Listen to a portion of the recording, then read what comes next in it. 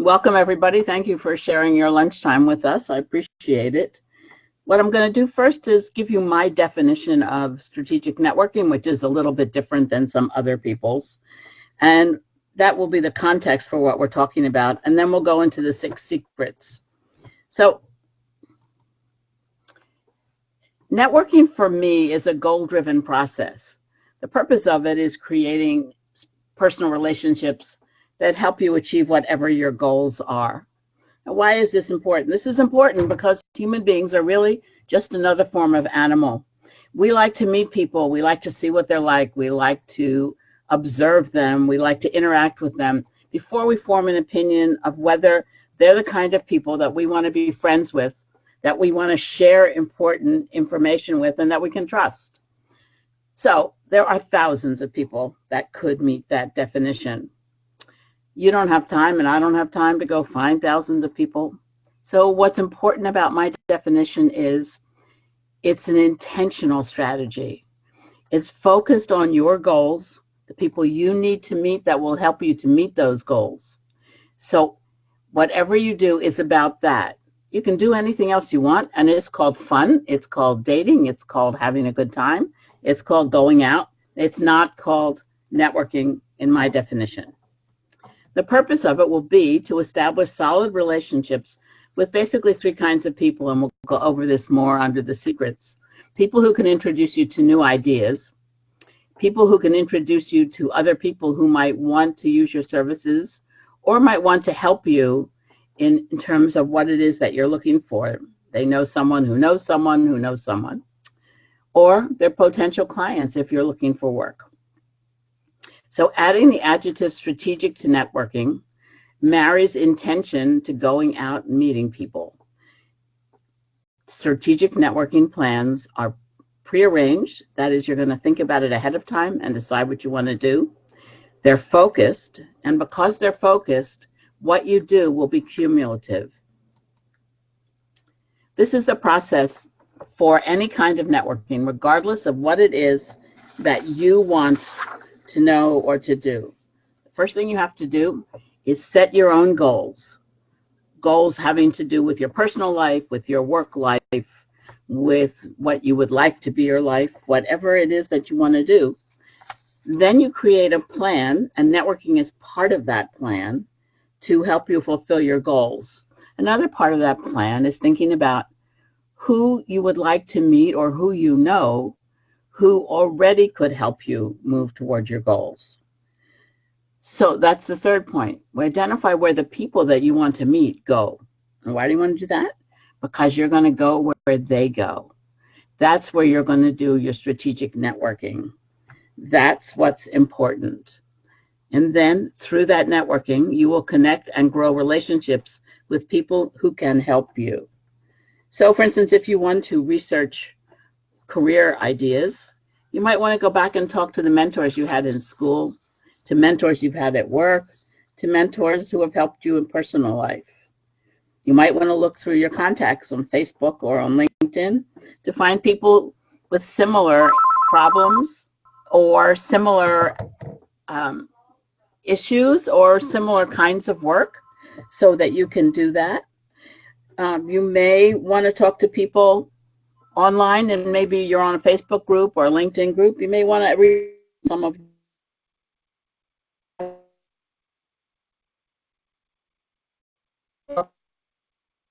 people in relevant trade associations, industries, professional associations. So it doesn't matter what your goal is. Your goal can be to change what you do for work. Your goal can be to go back in the workforce. Your kids are back in school and you want to go and work again, and you've got those 5 years to deal with. You might want to switch careers. You might be having a divorce and you don't want to think about work. What you need is people to help you with moving, with finding a better school for your children, all the kinds of things that go with divorce, with a financial planner, of course, any of those. So whatever it is, strategic networking can help you.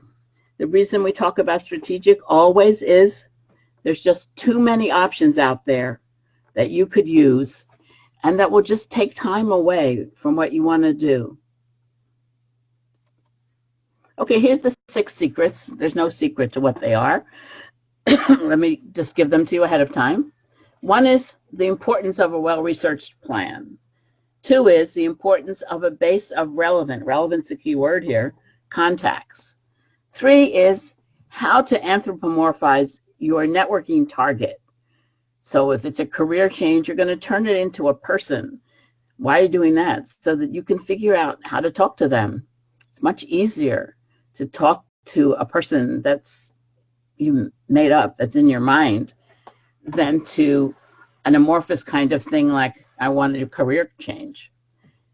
Then the 4th one is how to prepare for authentic and relevant conversations, relevant to the people that you want to connect with who can help you.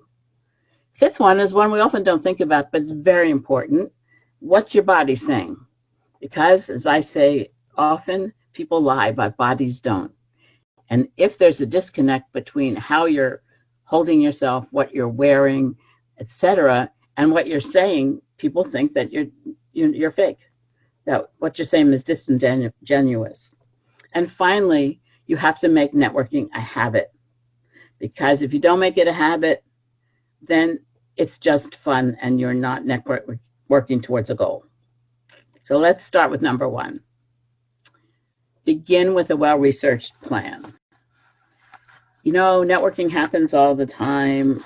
People tell me that I'm a networker because I'm a compulsive talker to the person who sits next to me at a theater show, or the person who sits behind me at a concert, or even sometimes the person sitting next to me on a subway.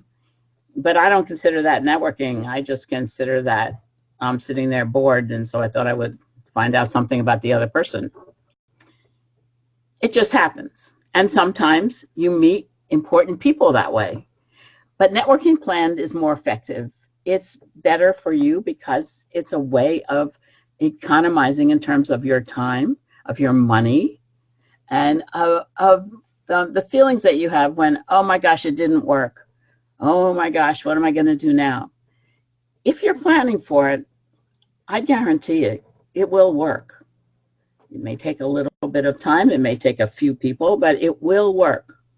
If you're just mushing around and talking to anyone who happens around, it will take much longer to work.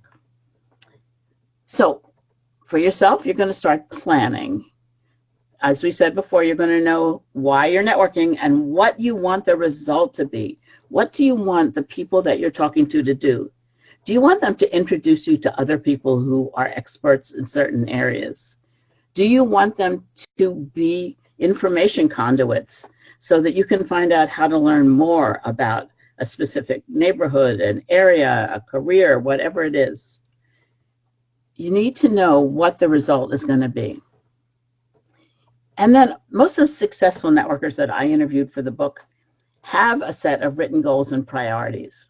They know what they want to sell, they know what they want to find out, and they have a definition of the best person or company or industry or group that they want to meet. So they design their strategic intentional activities around entities that will help them to further those goals. So for instance, let me give you an example of what happens when you're not strategic. On Saturday, last Saturday, I went at the request of a contact of mine to be part of the Business Expo at the Divorce Mediators Annual Conference. It was one day out of the 3-day conference, and I went.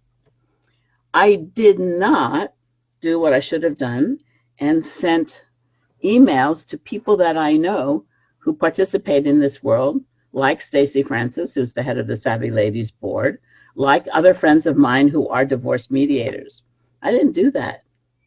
So I got to the conference, and I found out later that 3 of the people, including Stacy, had been there, but they had not walked through the Business Expo part, and so no connection. My fault. I didn't plan ahead. I didn't think about what I should have been doing for networking. But I think that it would have been a more successful several hours for me if I had reached out to the people that I know and asked them to introduce me to people who would be at the conference with them. My mistake. Second kind of strategic, it's not a mistake, this one is a decision. I get invited to join many New York City-based networking groups that begin at either 7 or 7:30 in the morning. I am not the world's best morning person to begin with, and I live in Westchester County, which means I would have to get up at 5 in the morning, make a 6 o'clock train to make a 7 or 7:30 meeting. So guess what? I don't do it. They could be the best networking places in the world, but I wouldn't be a good networker when I got there. My body language would say, that was one hell of a trip to get here and I'm tired. And no matter what I do, that's what my body language would say. And so I might as well just not do it. If they would meet a little later in the day, I do go to some of the ones in New York City, but not those. So you have to be selective. You have to know what it's worth it for you, because all networking costs in terms of time and money. Time particularly. I find that in the New York City metropolitan area, which is where I am, you have to allow 4 hours for any in-person event. Why? Because you have to spend, if you want to do it right, not like I did it last Saturday, if you want to do it right, you have to spend half an hour, 45 minutes, looking up who's going to be there, why, reminding yourself why you want to go, thinking about what you want to find out. Take some time, and you want to write it down because you won't do it when you get there. Then you're into the middle of the networking event and you don't have time to plan ahead. So that's half an hour. It's going to take you half an hour to an hour to get there. Even in New York, if you want to cross town from First Avenue to 8th, half an hour. So got to figure that. The meeting itself is going to be 2 hours. And then you got to get back home. That's half an hour again. And then you want to write down what you learned there, who you met, anything interesting that you want to follow up on, who you want to see again, all those kinds of things you need to do before you forget. Because if you don't do it right away, you will forget. So by the time you've done that, look what you're up to. You're up to 4 to 6 hours. So if you're going to do a networking event and you want it to be strategic and you want it to work for you, then plan ahead.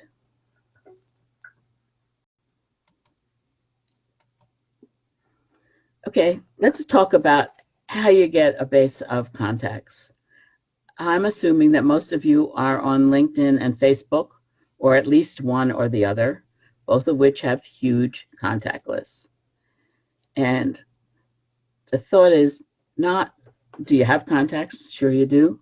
But are you balancing out those contacts so that they can be useful for you in a strategic way? So personal ones, they're always the easiest. You know, are you connected to your college classmates, your high school, the PTA where you live, other people in your neighborhood, your family, of course, your family's key contacts in some cases, all the people that you use on a daily basis from, or that you use, such as doctors, financial planners, accountants, electricians, I just called one yesterday, plumbers, all the kinds of people that you need. You may want to put them into your contacts list. Your contacts list will be pretty large, and it becomes the core. That becomes the people that you rely on, that you go back to, that you're in contact with fairly often. Occupational is all the people that you meet through work. Work that you've done before, work that you're doing now, whatever. People that you worked with, people that you worked for, people who were mentors to you in school, faculty members that you liked, coworkers, former bosses are always good. All of the people that come through work. And that can be a huge amount because you can also include their vendors that you work with. I'm a marketing and business development professional, so I have a lot of occupational contacts like graphic designers, website builders, printers, editors, all kinds of things like that. So those are all related to occupational. And then aspirational, to me, is one that we always forget and that can be the most important. So aspirational is what I call your brain builder network. It includes people with expertise in what you're currently interested in, but also expertise in what you might be interested in, you're thinking about kind of for the future, or people who are related to the hobbies that you have, the kinds of books that you like to read, anything that's interesting to you. It doesn't have to be useful. It has to be thought-provoking. So on LinkedIn, there are lists of influencers. Those are people that you can follow. I follow 50 of them, and they range from Bill Gates to some local marketing people that are futurists. So it can be any kind of things that you want.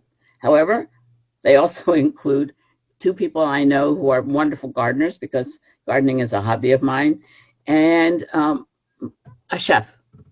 So aspirational can be anything you want it to be, but you want to make sure that you have probably 20 to 30% of your network in the aspirational category. You want people that you don't know if you want to get to know them now, but they sure do something that interests you, and that's enough for you at the time. If you're taking classes, it's always a good way of meeting aspirational people.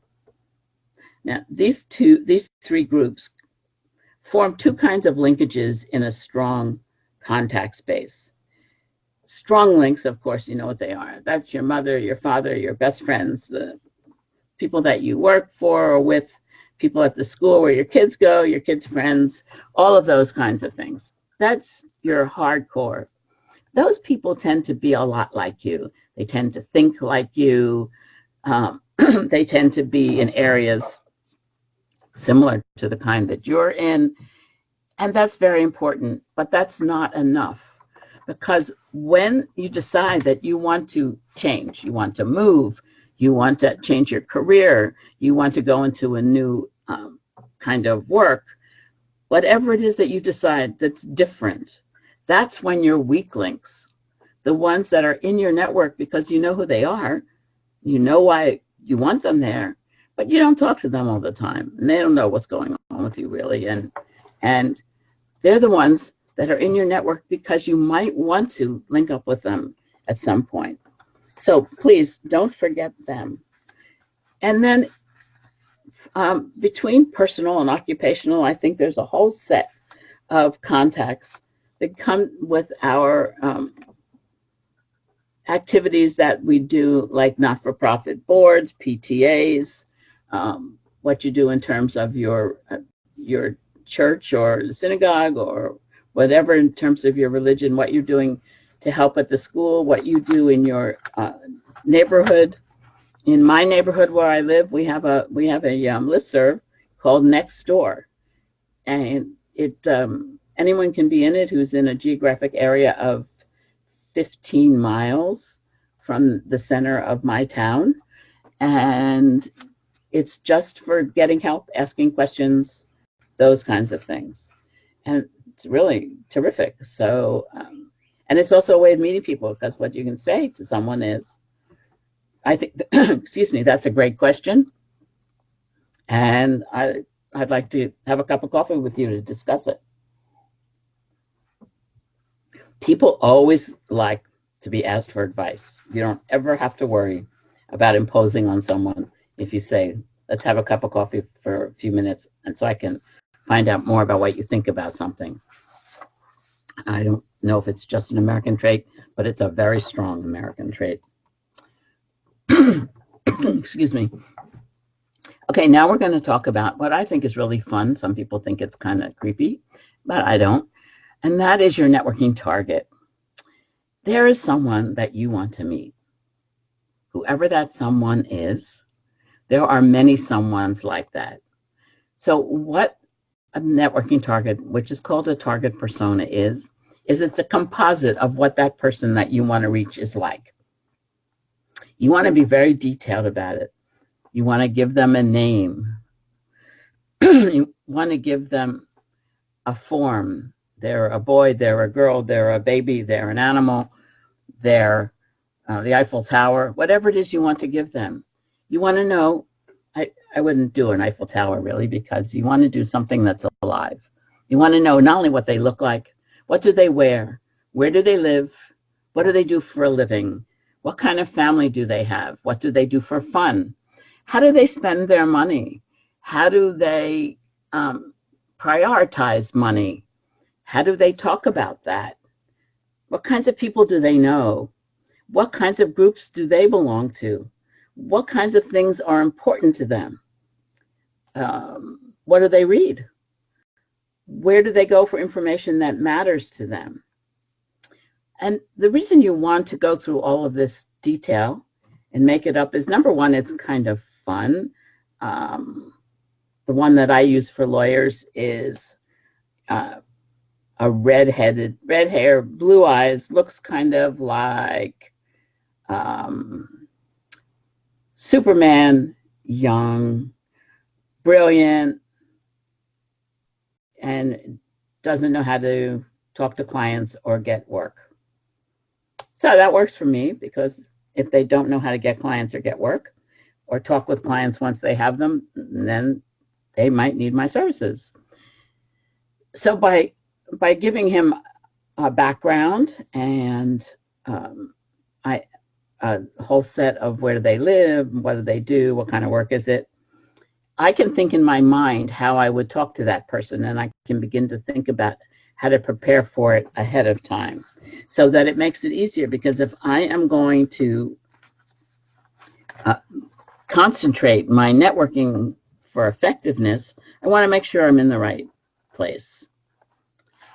So, depends on what you've just done. If you've just moved and your connections are meaningful connections in your neighborhood, that's just as valid as if you want to move up in your career and connections are important there. You use the knowledge that you get from making this person up to create elevator pitches and other kinds of ways of snagging their interest when you do meet them. And that's number 4, preparing for authentic, relevant conversations. I guess I need to tell you, because most people believe the myth that whatever comes out of your mouth right away is going to be useful and relevant and all of those other good things. No, it's not. A lot of times what comes out of your mouth is something you wish that hadn't come out of your mouth.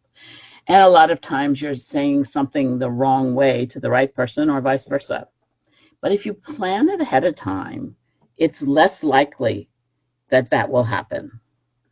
So the purpose of communicating for strategic networking is to communicate your value and relevance to your chosen audience in a useful, in parentheses, useful to them, the audience, way, and in a way that will grab their attention.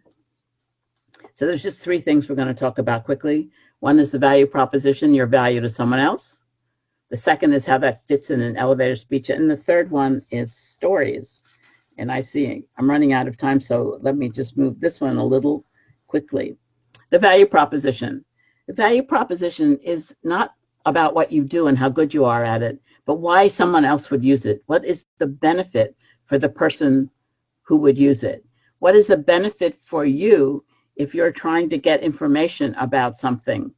What is your value to them? What is their value to you? It's all about that connection kind of value, as opposed to how good you are at what you do or any of those things. Once you have your value proposition, it fits into your elevator speech. People think an elevator speech is to tell you what I do and where I live, whatever. So I could say, hi, I'm Carol Greenwald, and I live in Larchmont, and I'm a trainer and a coach for professionals. And you are bored to tears, because I'm bored to tears saying it. That's not a good elevator speech. A good elevator speech is a 30-second intro. Think, going down an elevator from the 50th floor to the first floor, that invites someone to ask you a question. It's about them. It's about that value that you have figured out ahead of time. So it's about that. And then stories. Humans learn by stories. Why? Because reading and writing came very late to us. We spent the first thousands of years as humans telling each other how to do things, telling each other what was good, what was right. And we always remember stories. So what you want to do is tell a story. There's no point in my giving you my biographical details. You don't really care. But I can tell you stories about how I have worked with people and helped them. So for instance, I just worked with someone on body language. She's a beautiful young woman in a pretty powerful position. And she thinks because she's beautiful and young that people don't give her enough respect. So what did we do? We worked on it. She gives a lot of speeches. And the first thing we did was work on how she stands for the speeches. Turned out that she's short. She's like 5'3", 5'2". She stands behind a podium and she holds on to the podium. So think about the image that gives. She's short, which means that probably just her head is showing over the podium, and she's holding on. Not a powerful image. So what did we do? It was very easy. We worked on moving her out. She put her notes on the podium, but she stood to the side and people could see her whole body. She could talk naturally with her whole body. It made an important difference for her. I can tell people how I do that. Wouldn't you rather hear that than, yeah, I'm a trainer? I would. Okay, body language. So here's a dirty little secret about networking, about strategic or any kind of networking, about any intra-communication between you and another human being. 80% of what we communicate is nonverbal. 55% is visual. 38% is vocal. That means tone, whether you speak in an interesting way or not, or whether you're being really flat and boring and kind of nothing and sounding like it's not a good day, that kind of thing. Makes a big difference. And finally, only 7% is actually the words that you use. You have 3 to 5 seconds to make a first impression on someone. If you mess it up, it will take you 7 or 8 times to change that first impression, no matter what. And how do you get that first impression? You get it through what we call micro expressions, which are little things that happen in your body. They come in 1/25th of a second, and you have no control over them. That's why bodies don't lie. So your goal is to dress for success, as they say. Think about what you're going to wear. Think about the approach you want. Think about the image that you want to convey.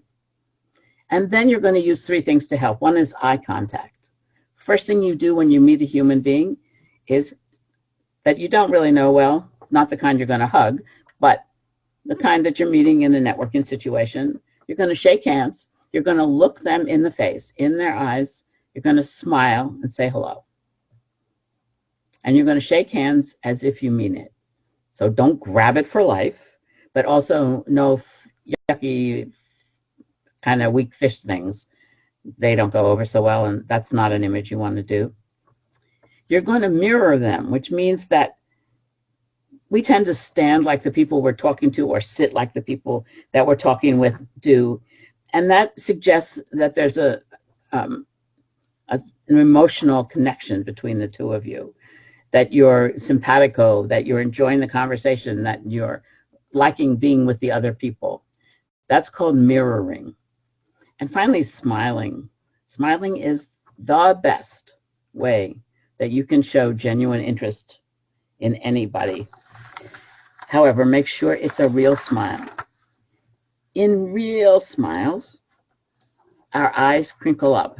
I know it's not really good for those little lines that we get. The reason you get them is because you do real smiling. Our mouth, the sides of our mouth go up, our cheeks go up, and you can tell that the whole face is active. When you're doing the fake smiling, you know, when someone's saying something and you're like, really, could I get out of this in a minute or not? If it's that kind of a smile, nothing moves but your mouth. And everybody knows it doesn't work. When I was raising my children, they used to call that mommy's yelling, because I looked so nasty that I guess they thought I had said something. But all I had to do was really give the look, and I got their attention. I'm sure any of you who have children understand how that kind of is useful, but not in networking.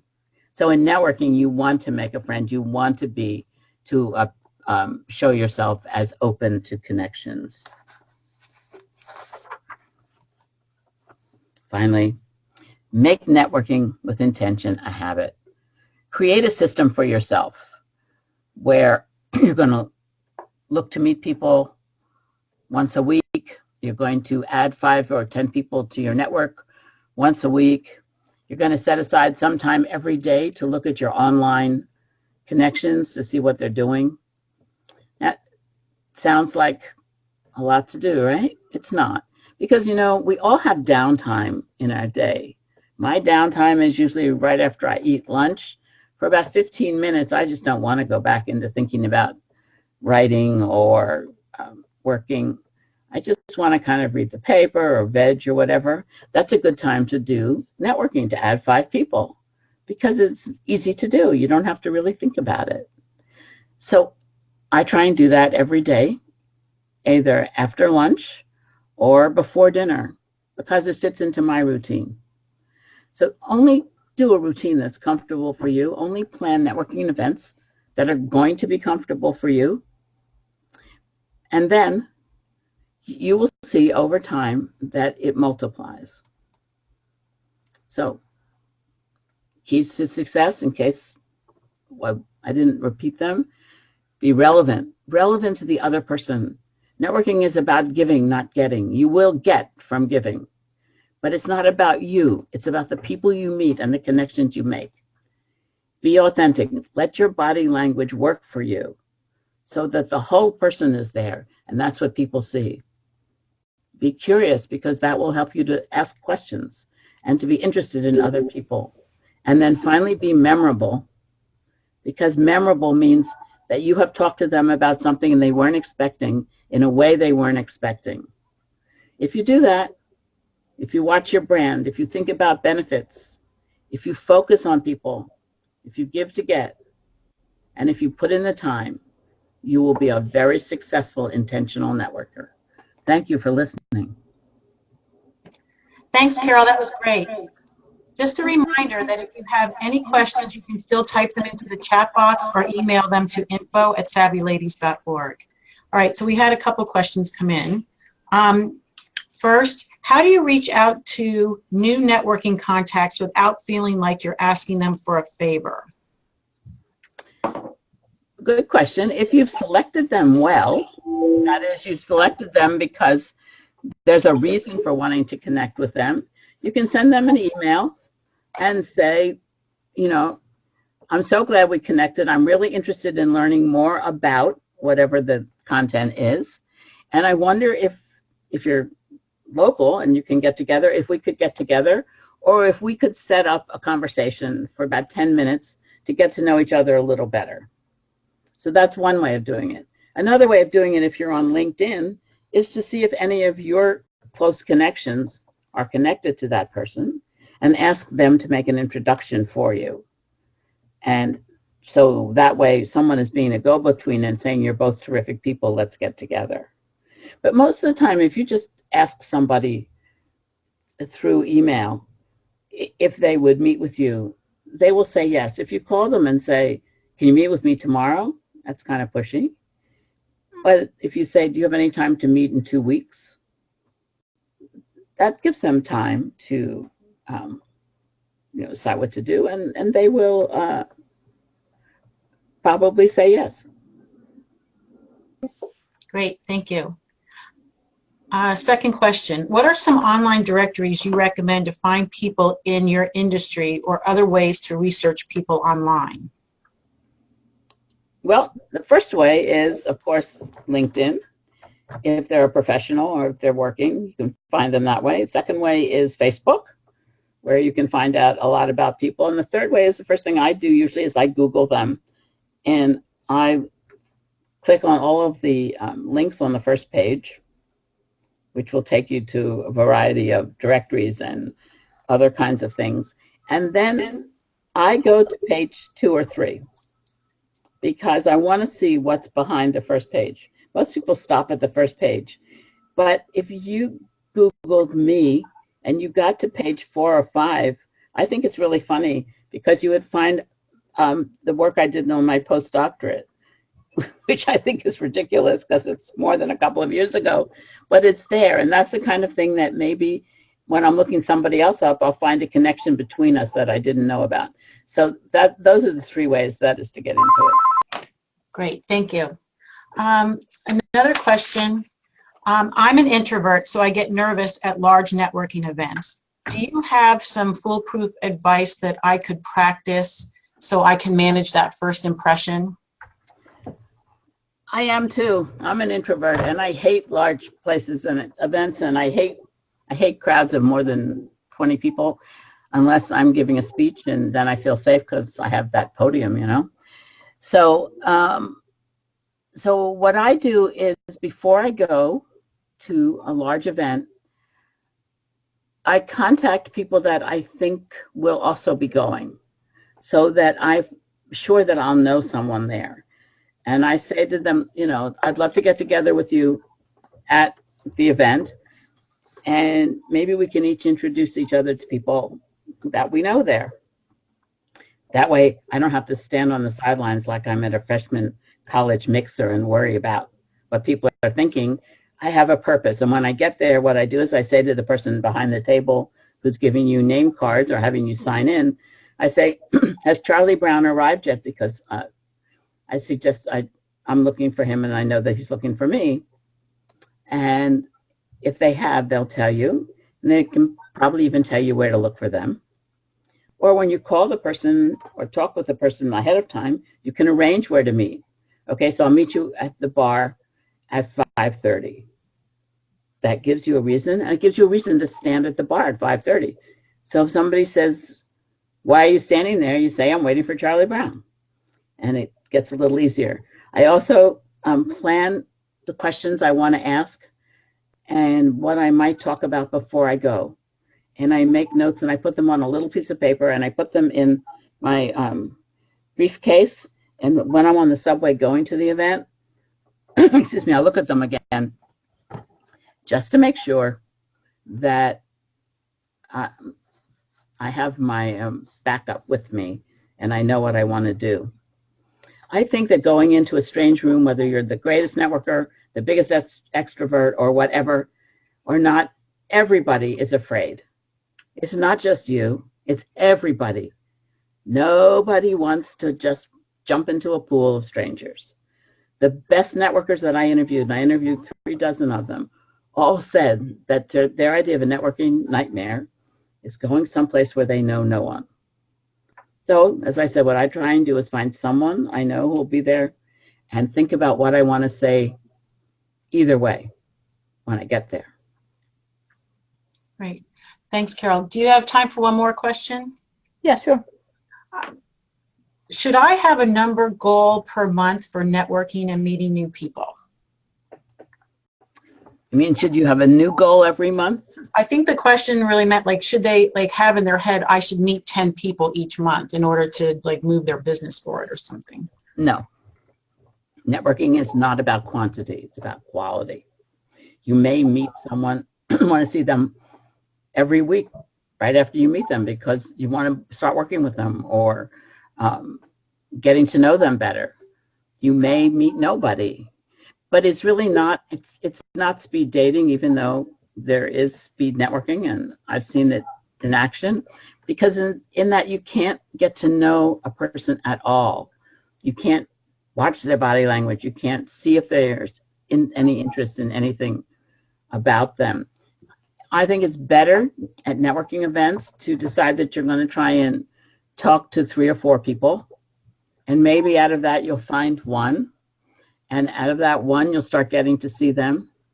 Because if you want to connect with the people that you already know and that are important to your strategy, we say in marketing that it takes anywhere between 8 and 12 times in a year to connect meaningfully. That means not just seeing them, but maybe sending them something that you've talked about or something like that in a year. So that's a lot of follow-up. Follow-up is how you turn strangers into friends, into resources, into referral possibilities. And so it's not numbers. It's, am I following what I need to do? And am I looking for people that I want to see if I get to know them better, if there's something between us that is useful, workable. So 10 a week probably be more than you could do unless you're doing nothing but networking. Okay. All right. Thanks again, Carol, for a really great presentation. Thank you to everyone who joined us today. We hope that you'll join us again in the future webinars. And the webinar will be sent out to the registration list on Friday. Thanks again, Carol. Thank you. Thank you all for listening. Bye. Bye.